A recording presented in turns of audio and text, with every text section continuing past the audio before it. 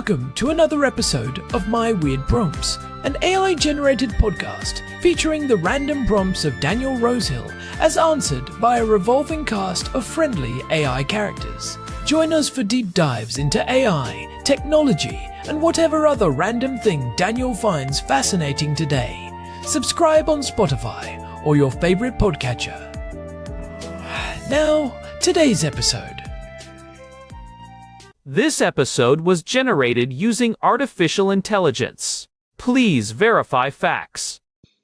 Hi there, Herman and Corin. So we're currently seeing a wave of protests going on in Iran against the IRGC, and that is a hugely significant geopolitical development. But we're not going to get into that directly in today's episode. What I would like to discuss instead is something more adjacent to what we have been discussing previously, which is this whole idea of everything to do really with internet connectivity and how the internet works at the network level, which is really a fascinating field and when we get into it. And what's interesting, Iran at the moment is, it's being widely reported, has cut off internet access. And I know that there are these kind of projects going on around the world that monitor internet outages from the geopolitical dimension. When you aggregate that data at scale, what's down and what's out, if you know a bunch of IP addresses or websites in a specific geography, you can begin to build up a picture of significant internet disruptions, and that might be related to conflict, to war, or to social unrest as we're seeing in Iran at the moment. But what piques my curiosity here in the Iranian context is how that actually works. If the internet is this big connection of nodes, as we've discussed many, many times, and there's different ways to jump around in between the internet, whether that's sort of getting it up to satellite or getting across the Earth. Getting across the Earth through most commonly going under the sea for a part of that journey. But if Iran, for example, the government or some other repressive government decides we're going to cut off internet access, it's going to have to block or choke the internet exit and entry points from the country. How does that work in practice? I mean, I think it's fair to say it's not a thing that most regimes or most governments are going to really ever even consider doing. But we've seen from this and previous examples that it can happen. So in those cases, how does that work exactly? Does it mean that the government very, very tightly controls a very small number of critical nodes in the infrastructure, and therefore it's as simple as them saying, okay, we're done? We could kind of talk through many dimensions of this, ranging from state control and surveillance of the internet, which probably relies upon a similar method. The other question really that I have is, if the internet is this series of networks and nodes spread out globally, and as I just said, we can route between IP addresses, however we can get a connection between them. And if the terrestrial internet is blocked, it still doesn't mean that we can't use LEO, low Earth orbit satellite, or conventional satellite.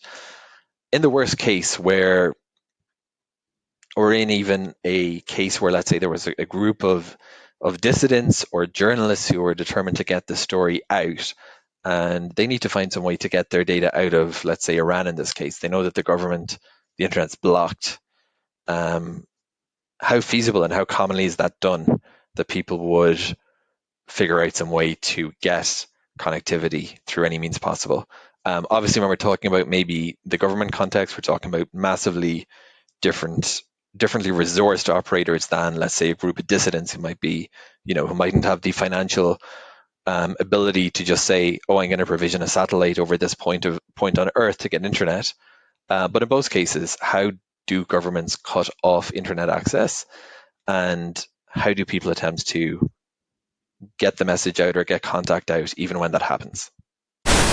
Hey everyone, welcome back to My Weird Prompts. It is January 9th, 2026, and we are diving into a topic that feels particularly heavy and urgent right now. I am Corn, and sitting across from me in our Jerusalem living room is my brother, Herman Poppleberry, ready to get into the weeds. And yeah, Corn, this is a big one. Our housemate Daniel sent us a prompt after following the news out of Iran. There have been repeated waves of massive protests in recent years, often intensified by economic crises and currency shocks. And as we saw during those extended internet disruptions back in mid-2025, the government has repeatedly been clamping down on the digital gateways. It is a pattern we see over and over again, right? When things get tense on the ground, the digital lights go out. Daniel was asking about the actual mechanics of this. How do you even turn off the internet for an entire country? And more importantly, if you are a journalist or a dissident on the ground, how do you get a message out when the terrestrial lines are cut? It is a fascinating and terrifying intersection of networking protocol and state power. We have talked about the internet in a lot of different contexts. I think back to episode 184, when we did that deep dive into the Open Systems Interconnection Model, the OSI model. But today we are looking at the internet not as an abstract stack of layers, but as a physical and political geography that can be manipulated. Exactly. It is not just magic in the air. It is cables, routers, and very specific protocols that govern how data moves across borders. So, Herman, let us start with the basics of that geography. When we talk about a country like Iran or any nation state, how is their internal network actually connected to the rest of the world?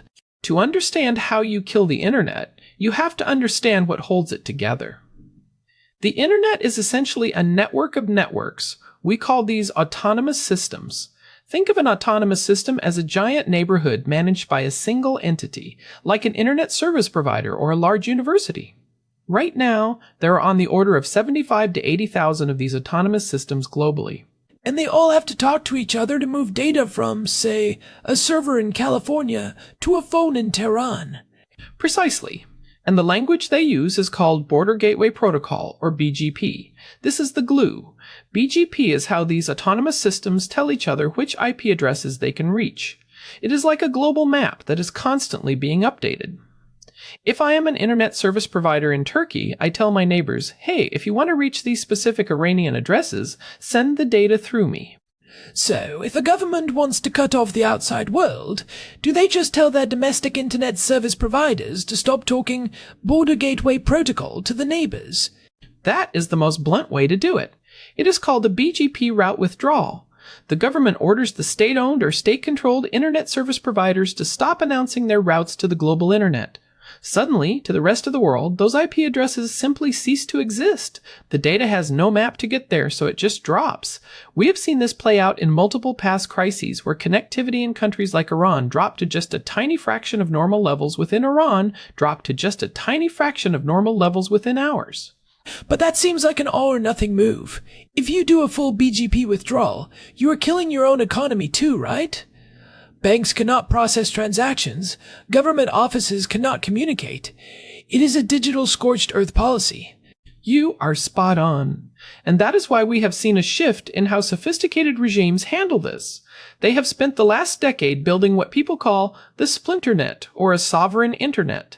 In Iran, they call it the National Information Network, or the NIN. I remember reading about this. The idea is to create a domestic version of the internet that can function even if the umbilical cord to the global web is severed. Exactly.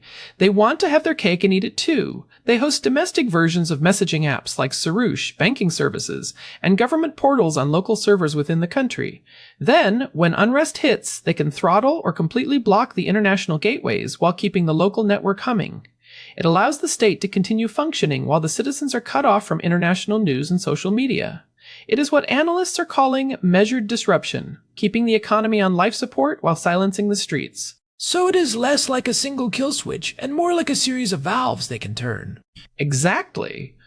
They use something called Deep Packet Inspection, or DPI. This is where it gets really granular. Instead of just blocking everything, they have these powerful middle boxes at the border. These boxes look at the actual data packets as they fly by. They can see, oh, this packet is encrypted using a protocol common to virtual private networks, or this packet is headed for a known WhatsApp server. They can then choose to drop those specific packets, or, even more effectively, choke the bandwidth so much that the service becomes unusable. That choking or throttling seems almost more insidious than a total blackout. If it is just really slow, people might think it is a technical glitch rather than a deliberate act of censorship. It creates this sense of frustration and isolation without the clear evidence of a total shutdown. It is a classic psychological tactic. If you can only send one text every 10 minutes, you cannot coordinate a protest in real time. You cannot upload a video of police brutality to Twitter or YouTube because the upload will just time out. It breaks the real-time nature of the modern web. We have talked about the vulnerabilities of the internet before, like in episode 173 when we discussed achieving the gold standard of uptime. But there, we were talking about accidental failures. Here, the failure is the feature. So, if you are Daniel's hypothetical dissident or journalist, and you are sitting in the city where the terrestrial fiber has been throttled or BGP routes have been withdrawn, what are your options? This is where the technology has really shifted in the last few years, especially as we move into 2026. Historically, your options were very limited. You might try a dial-up modem to an international number if the phone lines were still open, but that is incredibly slow and easy to track. You might use a mesh network with your neighbors, but that only helps you talk to people within a few hundred meters. But now we have the sky. We have the sky. Low Earth orbit satellite constellations have completely changed the game. Most people are familiar with Starlink, which now has over 5,000 satellites in orbit. But we also have Amazon's project called Project Kuiper. In late 2025, they began early testing of their satellites and announced plans to start limited customer trials as they ramp up service over the next couple of years. Right, and these low Earth orbit satellites are only a few hundred kilometers up, unlike the old geostationary ones. Exactly. Because they are so close, the latency is low enough for video calls. But the real magic for a dissident is that these satellites bypass the domestic terrestrial infrastructure entirely. When your terminal talks to a satellite, that signal goes up to space, and then it is passed between satellites using laser links until it reaches a ground station thousands of miles away in a friendly country. So the Iranian government, or any government, has no way to intercept that data because it never touches an Iranian router. Precisely. It circumvents the entire national gateway. No deep packet inspection, no BGP withdrawal, no throttling. As long as you have a clear view of the sky and a terminal, you are on the global internet. But there is a massive catch here, isn't there? You need the hardware. You can't just download an app to connect to a satellite. You need a dish, or at least a specialized antenna. How do you get that into a country where the government is actively looking for it? That is the physical challenge. These terminals are small. The Starlink Mini is about the size of a laptop, but they still have to be smuggled in. We have seen reports of terminals being smuggled into tightly controlled countries in the back of trucks or hidden in shipments of other electronics. It is a high-stakes game of cat and mouse. And once you have the terminal, aren't you a target? I mean, the government can probably see that there is a satellite signal coming from a specific house. That is a very real risk. Radio frequency detection is a thing. If the government has the right equipment, they can triangulate where a satellite uplink is coming from. It is not as easy as finding a radio station, because the beam from a satellite dish is very narrow and pointed up, but it is not impossible. Users have to be very careful, maybe only turning the device on for short bursts or camouflaging the dish. It reminds me of the old days of shortwave radio, where people would huddle around a receiver to hear news from the outside world. Except now they are huddling around a Wi-Fi router connected to a piece of space tech. It really is the modern equivalent. But here is where it gets even more interesting, corn. We are starting to see the rise of direct-to-cell satellite technology. This is something that was just a dream a few years ago, but here in early 2026, it is moving from experiment to early trials. Wait, you mean my regular smartphone can talk to a satellite without a pizza box dish? Yes. SpaceX and T-Mobile, along with AST Space Mobile, have been launching satellites with massive antennas, some on the order of several hundred square feet, like AST's Blue Walker 3 test satellite, that can pick up the signals from a standard unmodified smartphone. As of this month, we are seeing the first test deployments and early trial services in places like the United States and Ukraine, with wider commercial rollouts expected over the next couple of years. That is a game changer for a journalist in a protest. You don't need to smuggle in a dish. You just need the phone you already have in your pocket. It is the ultimate nightmare for a repressive regime. How do you block a signal that is coming from hundreds of miles straight up, hitting every phone in the city? You can't really jam the entire satellite frequency without also disrupting your own military and commercial communications. It makes the digital Iron Curtain incredibly porous. But I assume the governments aren't just giving up. If they can't block the signal, they go after the people. Absolutely. The battle moves from the network layer to the physical and legal layers. They might pass laws making it a severe crime to possess a satellite terminal. They might use social engineering or malware to infect the phones and see who is using these services. It becomes a war of attrition. I want to go back to the network level for a second. You mentioned BGP earlier. Is there any way for a government to use BGP to actually hijack traffic rather than just blocking it? Oh, absolutely. This is called BGP hijacking, and it is a major security flaw in how the internet was designed. Because BGP relies on trust, an autonomous system can essentially lie. It can say, hey, I am the fastest route to Google servers. If other routers believe that lie, they will start sending Google-bound traffic to that dishonest network. We have seen versions of this before, such as past BGP leaks involving Orange Spain in Europe and separate incidents involving Tata Communications in India. And once the government has that traffic, they can inspect it, modify it, or just drop it. Exactly. A state-owned ISP can announce that it owns the IP space for a popular encrypted messaging app. For a few hours, all the messages intended for that app might flow through the government's servers before being passed along. If the encryption is strong, they might not be able to read the messages, but they can see who is talking to whom, which is often enough to start making arrests. It is that metadata again. Even if you have the lock, they can see who you are sending the key to. Exactly. And this is why we always tell people that tools like Tor or very high-quality VPNs are essential, but even they have limits during a total network shutdown. A VPN needs a path to its server. If the government has blocked all international traffic at the BGP level, your VPN has nowhere to go. So, in a total shutdown, the only real exit is up. Pretty much. Either up to a satellite or physically carrying a hard drive across a border. It is a return to what people call sneakernet, where you literally put data on a physical device and move it. It is amazing to think that in 2026, with all our fiber optics and 5G, we might still rely on someone carrying a thumb drive across a mountain pass. It shows that the physical world still matters. The internet feels like this ethereal, omnipresent thing, but it is tethered to the ground. It is tethered to the laws of the countries it passes through. You know, we should probably talk about the role of international companies in this. When a government like Iran's orders a shutdown, are the private ISPs just following orders, or do they have a choice?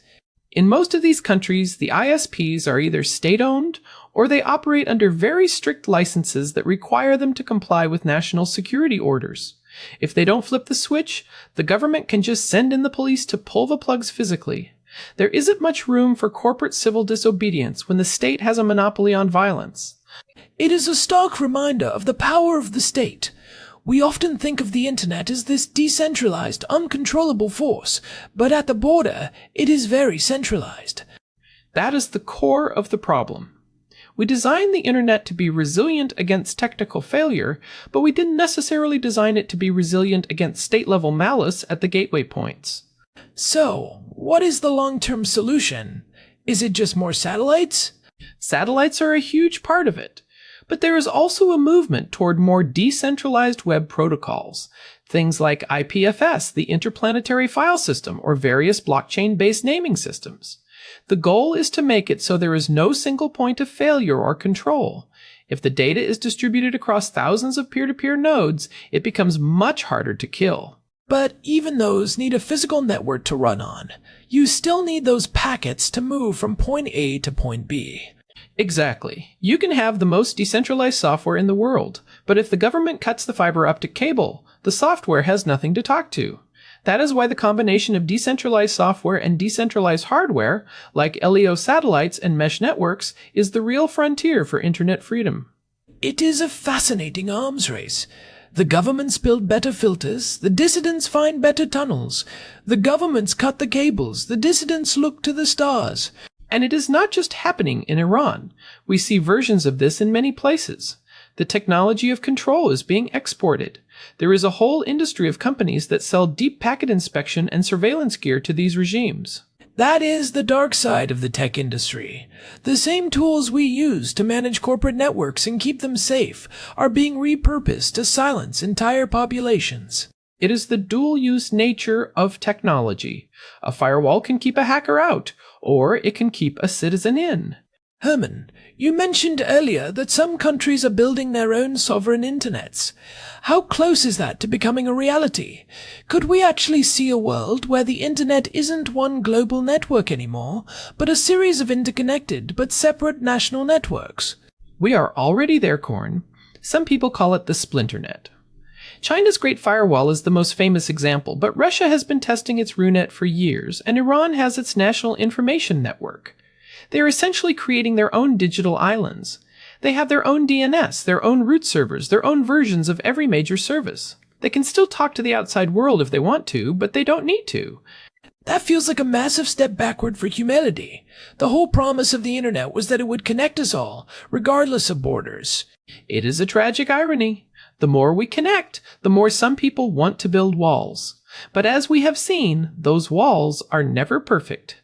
There is always a crack, whether it is a satellite signal, a smuggled terminal, or a clever new encryption protocol. It makes me think about what we discussed in episode 151 about why your gigabit internet might feel slow. We were talking about domestic mesh versus wired setups. But on a national scale, that mesh could be the difference between information and total silence. Absolutely. Imagine a city where every balcony has a small, low-power mesh node. Even if the main internet goes down, the city can still talk to itself. People can share news, coordinate medical help, and pass information toward the few people who might have a working satellite link. It is about building layers of redundancy. It is that old engineering principle. Don't rely on one path. Exactly. And for the listeners out there who are lucky enough to live in places where the internet is open, it is easy to take this for granted. But understanding these mechanisms is the first step toward protecting them. Well, I think we have covered a lot of ground, or rather a lot of space. We went from BGP route withdrawals to deep packet inspection, and then up to the low Earth orbit satellites that are providing a lifeline to people in places like Iran. It is a lot to digest. But the takeaway for me is that while the state has immense power over the physical infrastructure, the human desire for connection and information is incredibly resourceful.